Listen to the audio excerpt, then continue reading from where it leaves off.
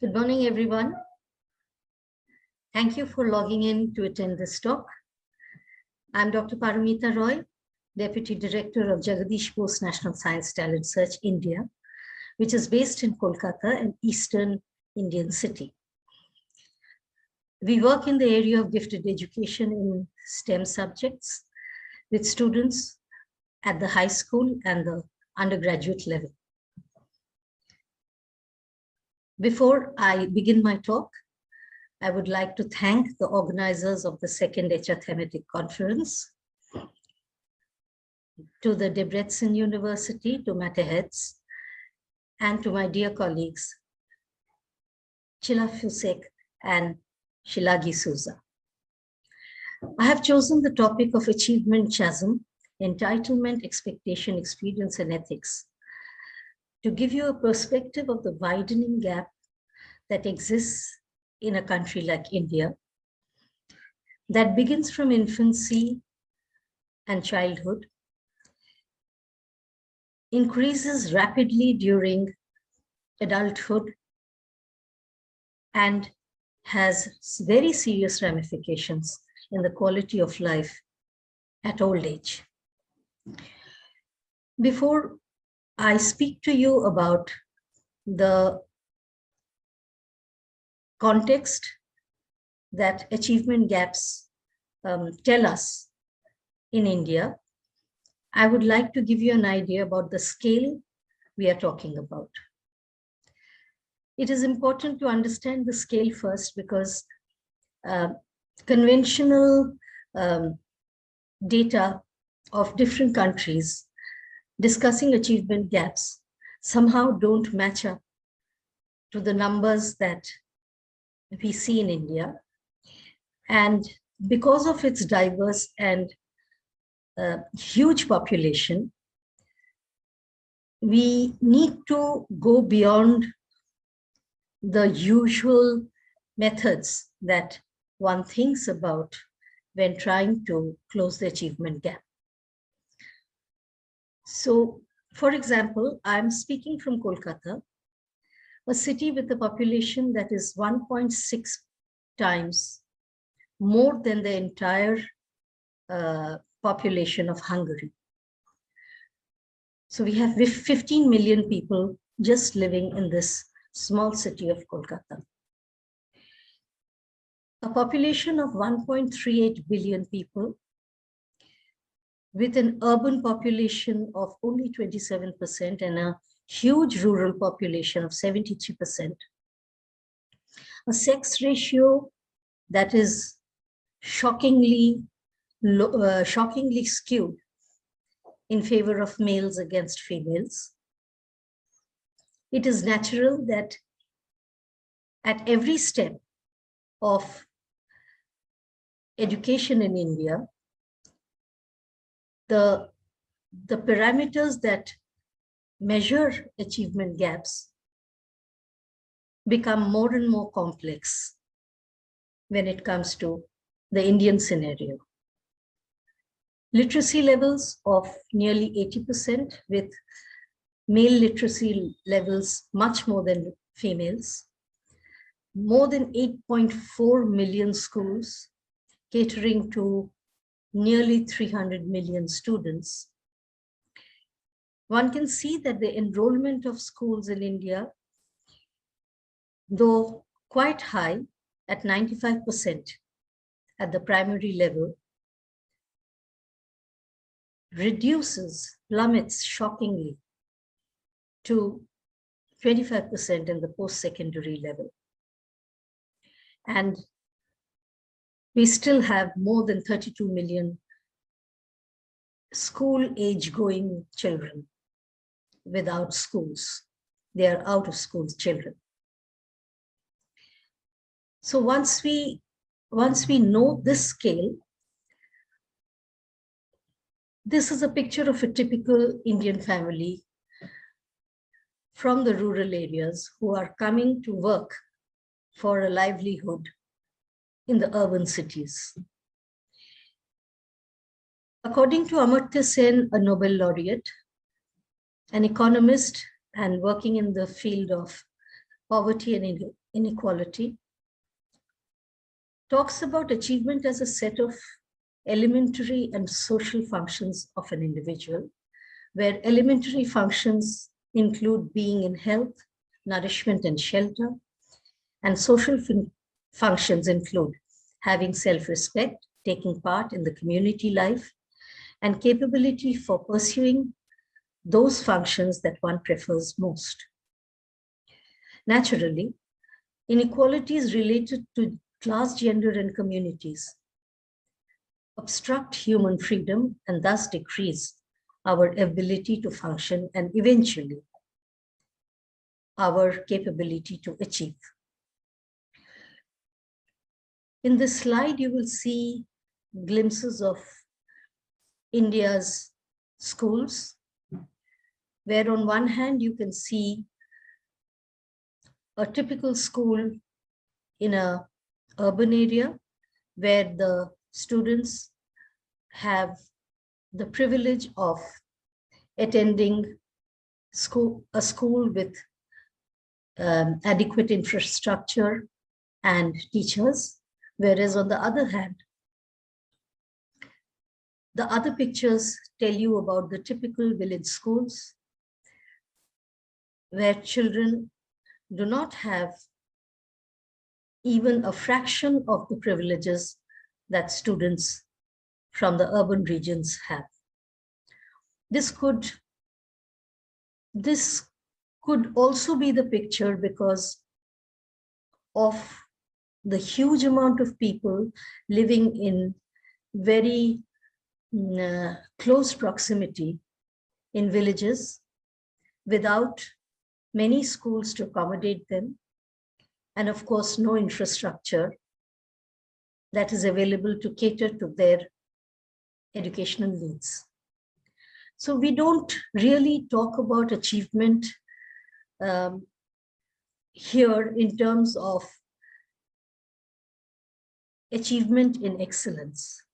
Here, just mass education in itself is such a big challenge that policies, though well-intended, can't really look beyond mass education.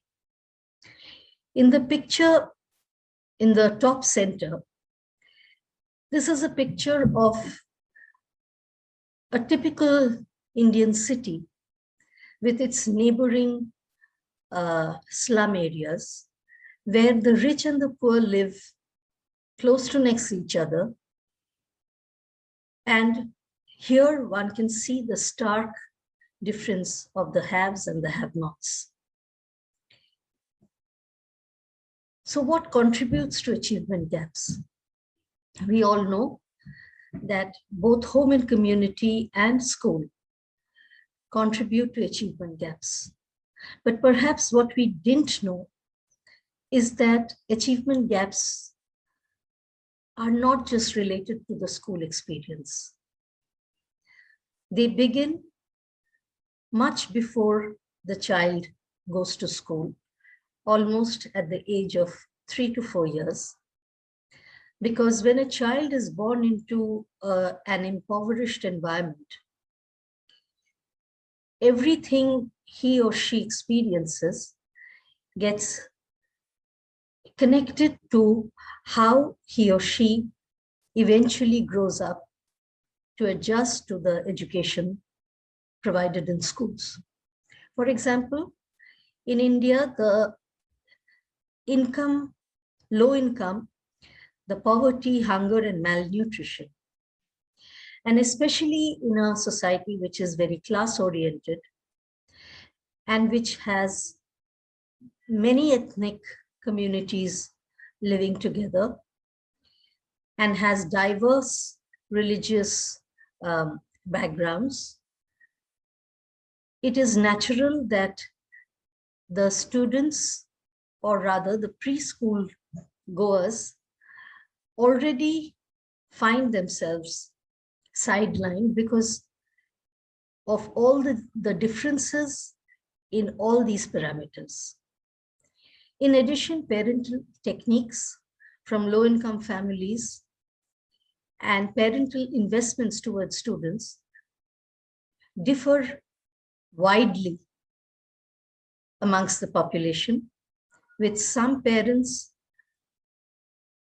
who are privileged being able to provide 7 times more of um, 7 times more of privileges and provide more educational support to their children than those from poor, minority, or disadvantaged backgrounds. And this naturally causes a change in the very learning experience of the student, even from the preschool level. Now, once the student reaches school, it is said that class size matters. And this is something that even with many schools coming up in the last few decades in India, it still is dismally short in terms of reducing the class size, where an average class in an urban area is 35:1 teacher, and that in rural, ranging from anything between 80 to 120 students per class with just one teacher. Also, another challenge is that most of the schools in the villages and the rural areas are vernacular in instruction, where the local language is used to teach the children.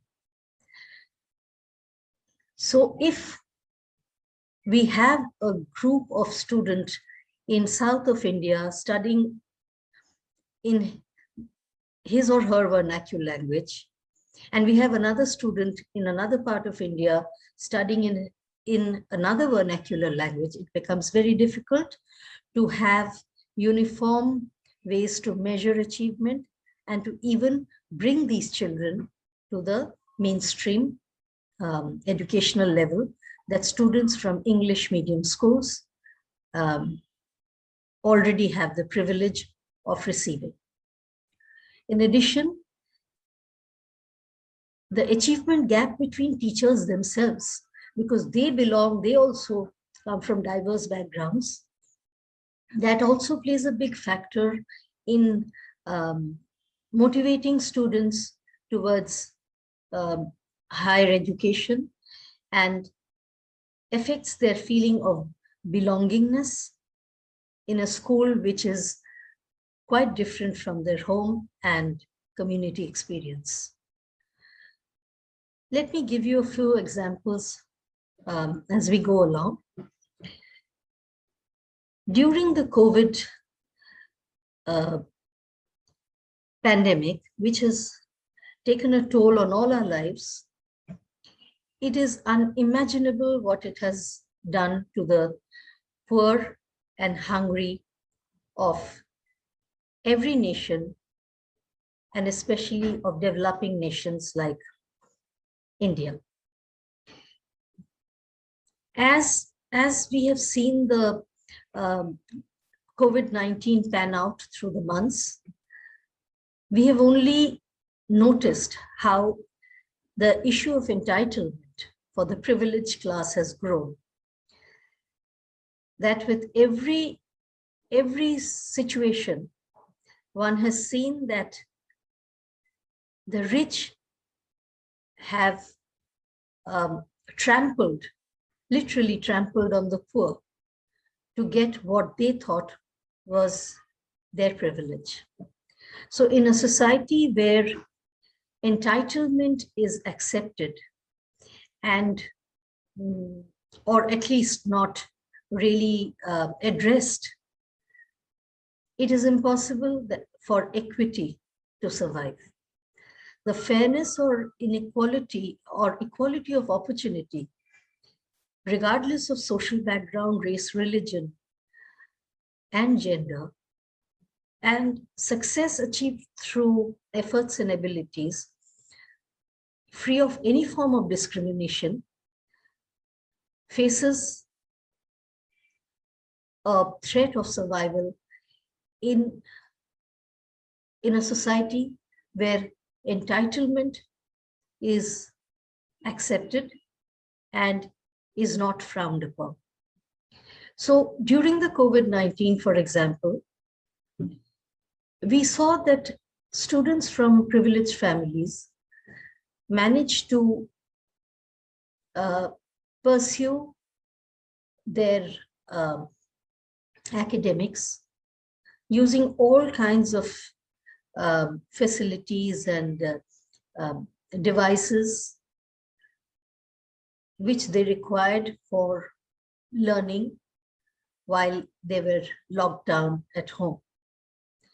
But this was not the case with nearly 3/4 of India's population,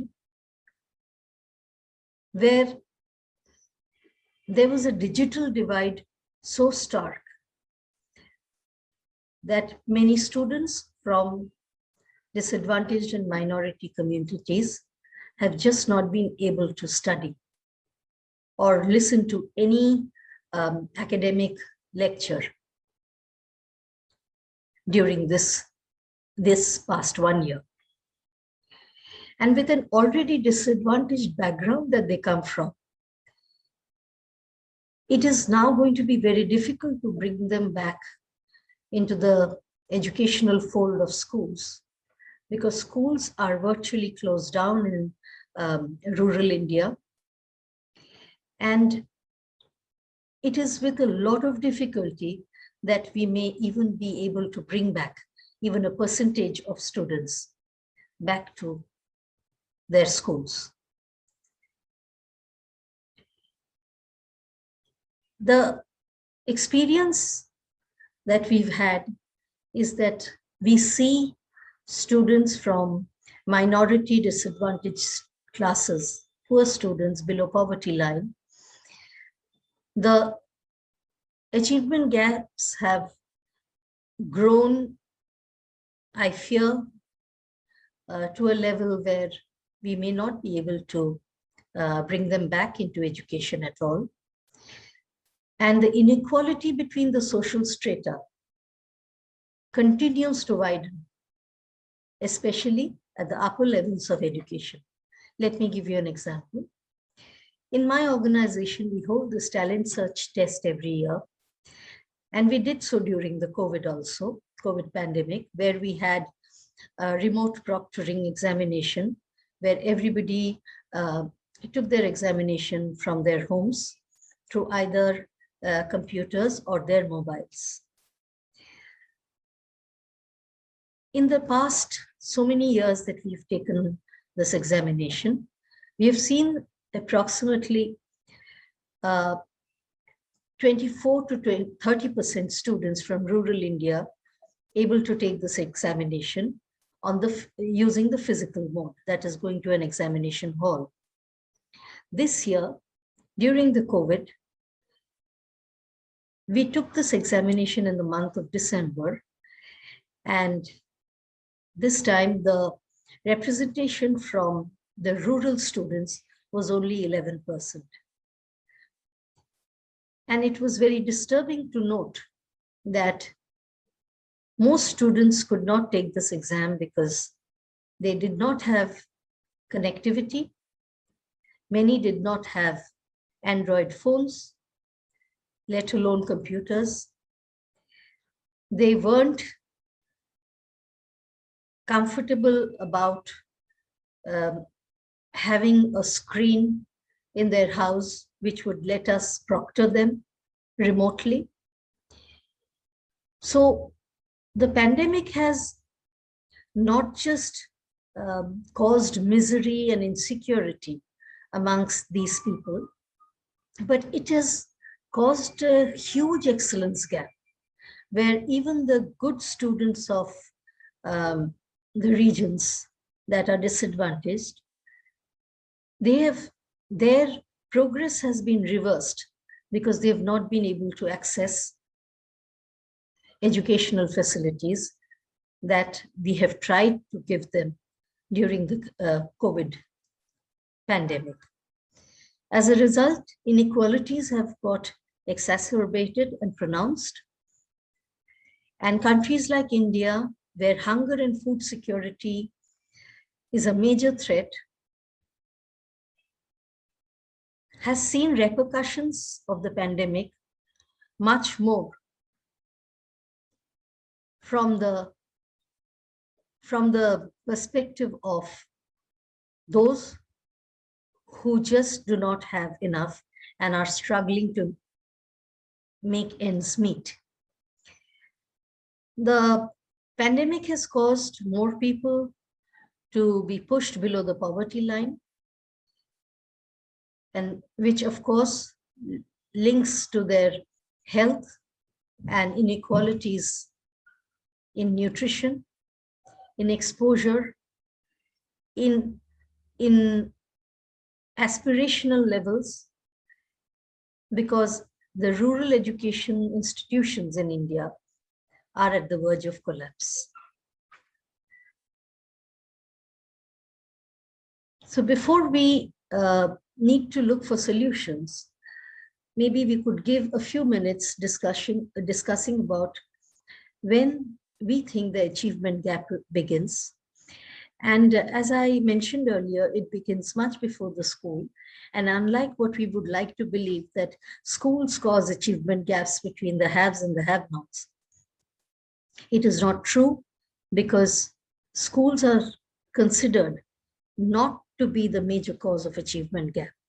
And since much of the education takes place outside schools and within homes and communities, the real achievement gap and the seeds of achievement gap are sown much earlier. Countries have talked about affirmative actions towards bridging this chasm. And of course, preschool reforms, which prepare students from minority, disadvantaged, poor backgrounds to have a smoother entry into school. Educational reforms which try to adopt more inclusive practices. Teacher effectiveness, which has been seen to be one of the most important factors that could bridge this gap. A challenging curriculum with enrichment classes and not remedial classes, because it has been seen that enrichment and enriched classes provide the possibility of minimizing achievement gap much more than remedial classes, because remedial classes, though they do not